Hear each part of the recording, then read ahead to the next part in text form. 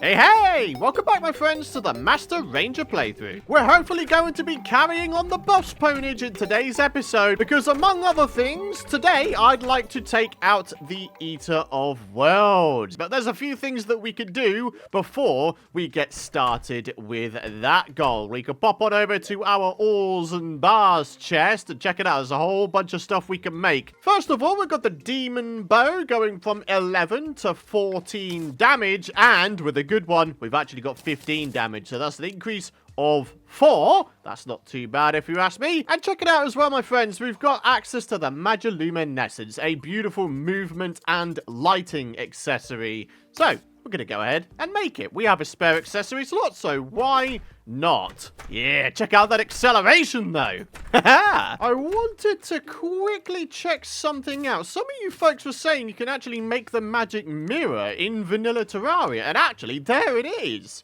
10 glass, 8 gold or platinum bars, and 3 diamonds out of furnace allows you to make a magic mirror. I confess, I thought this was a modded only thing. I don't even know when they added this recipe to vanilla, but I'm very glad that they did, because it means we'll be able to get back to base with absolute ease. There it is. 10 glass, 8 gold, 3 diamonds. Haha! Thank you so much for all of you guys who pointed my attention to that. Because so far, we haven't been very lucky in terms of A, finding underground cabins, and B, getting any sort of decent drops. I mean, yeah, the Hermes boots, that's nice, but if I'm honest, that's about all we've managed to get that's useful. Maybe in today's episode, we could change that, eh?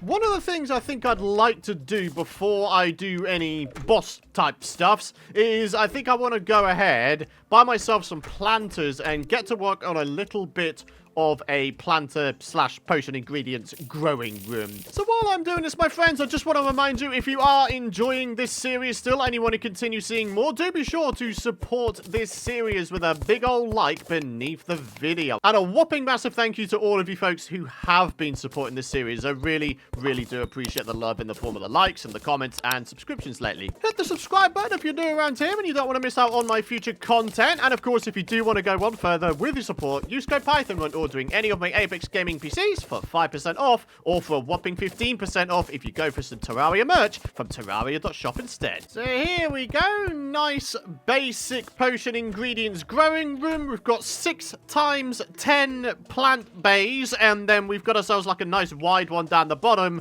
for Daybloom, because Daybloom is probably the most universally useful potion ingredient seed there is. You can make iron skin potions, regen potions, and obviously a whole bunch more aside from that as well. So, what seeds do we have at the moment? We've got Daybloom and we've got Blinky Plant, and obviously corrupt seeds, you can't place them on these boxes. So, yeah.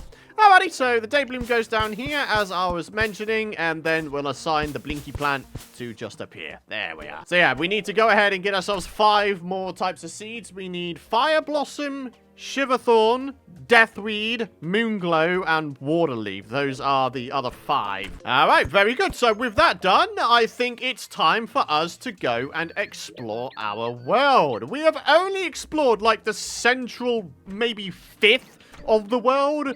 We haven't done a great deal of exploring here, have we, my friends? So let's see if we can change that in today's episode. Maybe we can find ourselves some nice little bits and bobs on the way. Ah, very good. There's a little bit of Moonglow here, but we need to wait for nighttime for it to start blooming, and thus for us to start getting seeds. So yeah, looks like we've got some stuff to do when the next night rolls around, eh, folks? Waterleaf right there, but that doesn't start blooming until it starts raining, so we'll have to wait for that one as well. Ooh, a beautiful little chest down here, is it? Let's have a look. We got ourselves a boomerang. Not allowed to use it. Alright, we've got ourselves a blowpipe. That is something we can use, but it's kind of trash, so we're not gonna. And here we are, my friends. The beautiful ocean. We've got 260 health, and we've got decent movement. What is that going to mean for our ability to go through the ocean and scour it for chests? I mean, there's only one way to find out, isn't there? Let's roll on down here. Oh, good grief. Please don't let there be a bunch of sharks come after me. Please. Let's just get ourselves a chest or two. Let's try and bypass that jellyfish right there. Very, very thankful for the fact that we have light via the Magiluminescence, I must say. Oh, that's it. All right, that is the far right-hand side of the world explored. Oh, look at that. I didn't even realize it. We picked up some grenades. All right, more day blooms going down. Very, very good. I mean, honestly, I could not recommend more that you make one of these rooms absolutely ASAP in your world. I mean, you don't even necessarily have to use planter boxes either. You could just use clay pots. That still does the job in terms of growing a whole bunch of little potion ingredient resources. So, yeah, like I say, get one of these ASAP. Then you won't be like me in the old Warrior Master playthrough where I had absolutely no access to anything. All right, now's where the fun times commence, my friends. The good news, though, is we are doing a fairly okay amount of damage. Look at that. We've got some deathweed down there, but that only blooms when it is a blood moon and when it's a full moon. So you're gonna have to wait again. So much waiting for the potion ingredients to bloom. Yeah, we're navigating this biome like an absolute professional.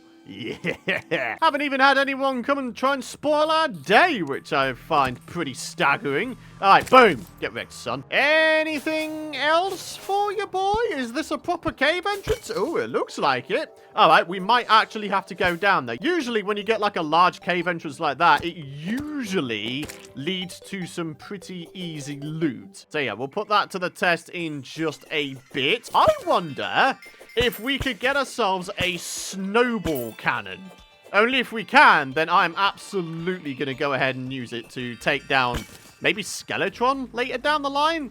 I mean, why not, right? Come on now, where is the easy to access loot?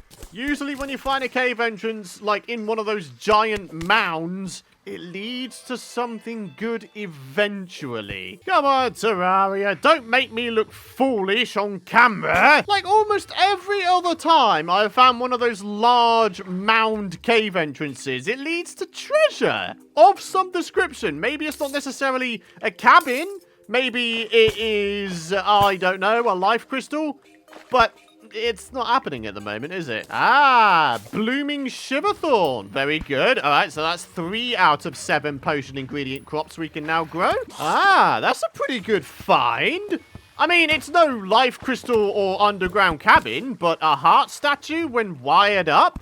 Yeah, that could be the difference between life and death for a boss run. Well, my friends, clearly I wasn't meant to find any crystals or easy underground cabins down in that cave entrance, so how's about we get ourselves back up to the surface and continue our surface exploration? Oh, good grief, blizzarding now, is it? That's what we're having to deal with, huh? Alright, not too bad. A couple more surface chests for you, boy. What I'd like to try and find nice and early on is an aglet. I always feel like there is one element of the lightning boots which are more difficult to get than others. I think in my melee playthrough, it was indeed the aglet. What have we got here? We've got ourselves climbing claws. I think I've already got those. Yeah, I do. And in this one, what? Oh, God, no. Oh, God, no. Oh, God, no. No, no, no, no. No, no, no, no. I don't think that guy even despawns either. Right. This isn't... I was trying to get out of there, but I don't know. I was in absolute panic state there. Why is it spawning Deerclops now? That is far too early in the game's progression to be spawning in a Deerclops, though. I don't think I agree with that. I think Deerclops should only be allowed to naturally spawn, say, I don't know, after Skeletron, which, for the most part, is when you're supposed to fight this guy. Ah, excellent. Fire Blossom, that's 4 out of 7. This is 5 out of 7 with the Water Leaf. Moonglow, 6 out of 7. And Deathweed, 7 out of 7. We now have every single potion ingredient crop we can get in the game. That is fantastic. And we just got that from 2 herb bags? That's not bad going, if you ask me. Look at him, he's still there. What the hell, man? You know what? I would not normally do this, but I think I'm going to have to. Let's do the relog trick. That should make him despawn, yes? There we have it. I'm not having that. I simply do not agree with Deerclops being able to naturally spawn in now. It just doesn't make any sense. Annoyingly, of course, by me relogging, I did lose the money that I had on me. But let's just say that was the price to pay for me doing the whole relog trick. Like, it wasn't totally without consequences. Alright, so check it out, my friends. We're actually at the dungeon here. What I'd like to do is I'd like to whip out this water candle because we can use that for farming purposes. Anything else in the world? Not really. We are now at the left-hand side ocean. Time for another little ocean trek. Then we'll teleport back to base and then we'll explore that little cave entrance that we found before. Not the icy one, but the regular one. Alright, looks like we've got ourselves a couple chests. Very good. So we've got a flipper. Oh, a warding flipper out of one of them. And then just a whole bunch of tat from the other. Ah, we are so close to being able to purchase the mini shark. Although, actually, no, we don't. Ah, see, that's the only thing about having NPC hotels like this. The prices start to hike up a little bit because they're not overly happy with the fact that they're all so close to each other, you know. Alrighty, pit stop done. Let's go explore that massive cave entrance that was on the left. Alright, here we go. Time to descend. Maybe we can find ourselves some more chests in here. Maybe some surface chests, more to the point. More chances to get an aglet. I'll take it. I mean, oh. Huh. We just wind up back at the corruption, huh? Ah, Terraria really does be doing me dirty today, huh? I'm just now realizing, actually, what we could do, if we really wanted to, we could probably break another shadow orb. Not that there's actually overly much that we can get from them. That we actually need, that is, anyway. I mean, I guess we can get ourselves the shadow orb light pet. That'd be kind of cool. But aside from that, everything else is just kind of meh. We don't need the Band of Star Power. We don't need the Vile Thorn. We don't need ourselves the Ball O' Hurt. We don't need nothing like that. All right, what are we going to get? It is indeed a Shadow Orb. Yeah. You know what? Before I die again, I'm going to get the heck out of there. All right, so that cave also didn't have much going for us. We've got a gravitation potion I've just discovered. Maybe we could go Sky Island hunting real quick? What's the chances, eh? What's the chances of us getting fledgling wings here? I feel like it's been an absolute age since I've had fledgling wings. Well, there's a Sky Lake. I guess that's pretty okay. Wow, there really is nothing on the left-hand side of the world. All right, I guess it's going to have to be the right-hand side we start finding some proper islands. There we are. Finally. What have we got in this one, eh? We got ourselves the Star Fury. Island number 2. This one has got the balloon. Come on, 20 seconds to find the last one. There's 3 islands that exist on Small Worlds, and there we are. Case in point. What do we got? It's another horseshoe. Ah, I think sometimes it would be the horseshoe that is replaced by the fledgling wings, right? Although I could be wrong with that. I'm not 100% on that. Now, if only we had a Goblin Tinkerer and Tinker Table, we'd be able to start making ourselves some cool accessories. I mean, we still need double jump before we can make ourselves a horseshoe balloon, of course, but you know, that will come inevitably soon. As for the Star Fury, I'm sorry there, broski, but your time has come. You are going away. Ah, bugger. I was kind of hoping that maybe we would have picked up a Spelunker potion from somewhere, but no, doesn't seem to be the case, eh? What about here? Oh, we can make one. Okay. Right. Do we do a little bit of spelunking before we try the Eater of Worlds? I think it might be worthwhile. Alright, now is as good a time as any. Mining potion, spelunker potion. Yeah, now we can see everything. Oh, and look at that. There is indeed a chest. I really need to upgrade my pickaxe, don't I? Is it a regular chest or a dead man's chest? It's a... Oh, no, it is indeed a dead man's chest. Let's get rid of that explosive. All right, boom. Yeah. Banner regen. Don't mind if I do, son. Oh, no way. A chain knife. Unfortunately, we can't use it. All right, not quite an underground cabin, but a life crystal is always good. Huh. Marble biome. I'm absolutely staggered that even with the usage of a spelunker potion, I've not managed to find anything, pretty much. Or at least nowhere near as much as I feel like I would usually find. Oh, hello there, underground cabin. Finally, come on, we need some double jump in our lives. Are we going to get it? Survey says, no, shoe spikes. Bugger. Oh, nice. A multi-gem cave. Holy crap, look at that. Oh, what was I saying about the goblins before? Having a goblin tinkerer, etc., etc.? Not before I grab all of these beautiful gems out of this gem cave first, though. I want all of this stuff. Oh, we got a fairy. Where are you gonna lead me? Yet another life crystal. Yeah! Thank you very much indeed. 320 health. We need 4 more crystals. Okay, very good. Underground mushroom biome usually has treasure. Don't make me look stupid again, Terraria. Yeah, look at that. Bottom right, there's a house. Oh, and a heart. Yeah, baby. All right, 3 more, my friends. 3 more heart crystals. What is going to be inside this chest? A mushroom outfit. Money! 10 gold coins. Another diamond gem tree. Didn't we find one of those in the last episode? Wow, this game clearly wants me to have diamonds. A chest out in the middle of nowhere. Doesn't appear to be a trapped one, though, so, you know, we should count our blessings, I guess. Oh, very good. No wonder I can't find the bleeding underground houses. They're all hidden. Look at this one. I mean, I would have just dismissed this if I'd have only explored that part of the cave, but no, I decided to come around, explore another little micro cave here, and here we are. Oh.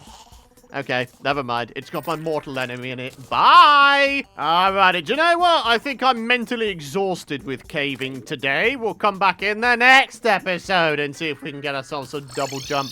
What we can do for now, my friends, is we can get ourselves up to the surface and start getting on with taking down these poor saps. But, of course, having taken this event down quite a lot of times in the past, I'm pretty much just gonna skip it all. Look at that gang of rangers over there. That is incredible. Come on then, you want a ranger war? I'll give you a ranger war, you stupid bunch of rangers. I am the only ranger who is allowed to exist on this planet, in this world, should I say. Well, I guess technically this is a planet, right? I don't know. Are Terraria worlds planets? Am I just asking random questions to make filler content for this episode? Probably. Ah, nice. The harpoon. Technically, that's ranged damage, isn't it? If I was to actually go pick it up, I can't pick it up. Bah, bugger. I've got a full inventory, huh? Even after all of these years, though, my friends, I've never quite understood why the harpoon is classed as ranged damage. But it is, so we can use it. Yeah, that's right. Your ranger abilities do not match mine, you stupid bowman. Oh, no, I'm going to die. Ah, no, the mages, they're going to be the ones that kill me, huh? Oh, 18 gold coins as well. Ouch. Literally the slowest goblin invasion I think I've ever had to take down. When you've only got a musket as an actually decent weapon, and it shoots as slow as it does, yeah, it's a bit of a yikes, if I'm honest with you. Oh, that's alright, I didn't want to live anyway. Living's overrated in Terraria, it really is. Never thought I'd be doing this, purchasing a bunch of musket balls in the middle of an invasion, because I really have been using that much ammo. Are we blooming done yet? This has lasted for 63,000 ice ages now! Holy moly! I am running out of steam. I don't even think I'll be able to take down the Eater of Worlds today. Honestly, I'm not frustrated so much at the fact that I died a whole bunch. I'm frustrated at how long that took. Worse still is I don't have an NPC house location for the Goblin Tinkerer, which sucks a lot. And now I'm going to get spawned. Okay, now I'm getting frustrated at deaths. Oh, go on, Demolitionist. Go on, Demolitionist. Go on, sick 'em, lads. Come on, fight your corner, you son of a gun. God damn knew I don't half have some useless NPCs sometimes. Gee whiz. Now, where the devil was that harpoon? Oh, it's over here. There we are. Superior harpoon. And, yep, for some strange reason, it still does ranged damage. But, do you know what? I'm absolutely here for it. I'll use it. It's 28 range damage, and it does not require any ammo whatsoever. Do we go hunt down the Goblin Tinkerer and see if we can't get ourselves a reforge on this musket before we head on over to see if we can take down the Eater of Worlds? Might be an idea. I see you! Yeah, there he is, my friends. Goblin Tinkerer, we just sort of hung around the same area, and, well, there we are. So, there we are. Alright, so pretty much the only things we can make are the Spectre boots here, which is obviously nice to have. And finally, of course, the Tiger climbing gear. Very, very good. And it comes with a little bit more defense, which is beautiful. I'm going to save doing reforging for another time because I don't want to spend all of my money, if I'm honest with you. And since there's now a couple of spaces for NPCs to now live, since the other guys didn't hold the fort very well, yeah, the Goblin Tinkerer can now live here. Alright, 12 fallen stars should be enough for us to make 120 Jester's arrows, or something like that. Let me just confirm it to myself. Yep, 10 per star. It's going to be useful against the Eater of Worlds, of course, but is it going to be enough? I don't know. All I could do is get myself a little bit of a mini arena sorted out. We'll see if we can make ourselves a summoner first, because that would, of course, be the easier way to do this whole thing. The answer to that is potentially. Is it 15 rotten chunks you need? I think it is, right? Rotten chunk? Yeah! And a burger! The good news is I don't have to worry about fall damage anymore. The bad news is this doesn't lead down to the horizontal section. So, have we got the resources for the worm food? Yes, we do. It is 30 and 15, as I thought. Okay, excellent. Right, up to the surface. We'll get ourselves a couple of platforms placed down with a couple campfires. Maybe we'll head back to base quickly to get ourselves a couple buffs to see if we can't secure our victory. And then, yeah, we'll be good. All right, so we're not doing too bad in terms of buffs. We'll take the burger for major improvements to all stats. We've got the iron skin, regen, and archery as well. And solid. We'll take some swiftness as well. That lot should pretty much guarantee our victory, but the only other thing I'll do back over at the arena is I'm actually going to add another wood platform. Because honestly, what I feel like you should do with your arenas in Terraria is think of how many platforms you think you need, and then add another one. And especially in the case of the Eater of Worlds, where he winds up splitting into multiple segments, having more maneuverable room is definitely a good thing indeed, my friend. So, yeah, like I say, getting this other platform in, and then we're going to give this thing a rocking good go. I want something to go well in today's episode, so let's see if the Eater of Worlds will fulfill that. Okie dokie artichoke. Buffing up. Boom. Worm food. Demon bow. Let's have this thing done, shall we? Oh, yeah, that's right. I forgot. We got to take care to avoid all of the disgusting vile spit. Yes. Alright, so, of course, goes without saying, Jester's arrows, still very much the way to go, so that is what we're going to be doing for now. Oh, here we go. Yeah, you get him into sort of a horizontal ponage stance, and you can do all the damage in the world. What the? I'm almost dead? Wow. Maybe I'm getting a little bit ahead of myself here, folks. Alright, I think we're slowly but surely starting to sort of bring this back a little bit. Lots of vials spread around. Got to be careful of that. When these guys do wind up splitting, a lot of the time they do drop little regenerative health parts that you can pick up. So, I'm dead. Do you know what? This episode has been an out-and-out failure! And I am not happy. The Goblin Army lasted 16 years. The Eater of Worlds battle there just went appallingly bad. I mean, granted, I only have ninja armor, but I genuinely thought that that might be enough. Because you get increased movement speed and crit chance with it. I'm not happy. I'm not happy. I gotta be honest with you. I don't like ending on failures, but I am just about out of time to record today's episode. Just hoping that in the next episode, we can come back with a bit of a win for once. Because I gotta be honest with you, my friends. The seed for this world so far in general, has just been appalling. This has got to be one of the worst generated worlds I have had for a playthrough in a very, very long time. So yeah, definitely contributing to my annoyances in this series, I do have to admit. But, I mean, to be honest, the first 2 episodes were full of absolute ponage, so I guess the law of averages applies, and we have to be slapped back down. So yeah, it's just one of those things. Ladies and gentlemen, time to wrap up the episode. Thank you so much for watching. If you've enjoyed today's episode, drop a like. I'd really appreciate all the support, even despite my shortcomings. I would, of course, appreciate it. Hit the subscribe button and don't forget to ding that bell if you don't want to miss out on my future content. Next episode, we're coming back and we're going to bloody win, okay? That is the attitude we need to have, and that is the attitude I do have. Next episode will be a win episode. So tune in for that. Thanks for watching, have a great rest of your day, and I'll see you guys in the next episode. Bye-bye!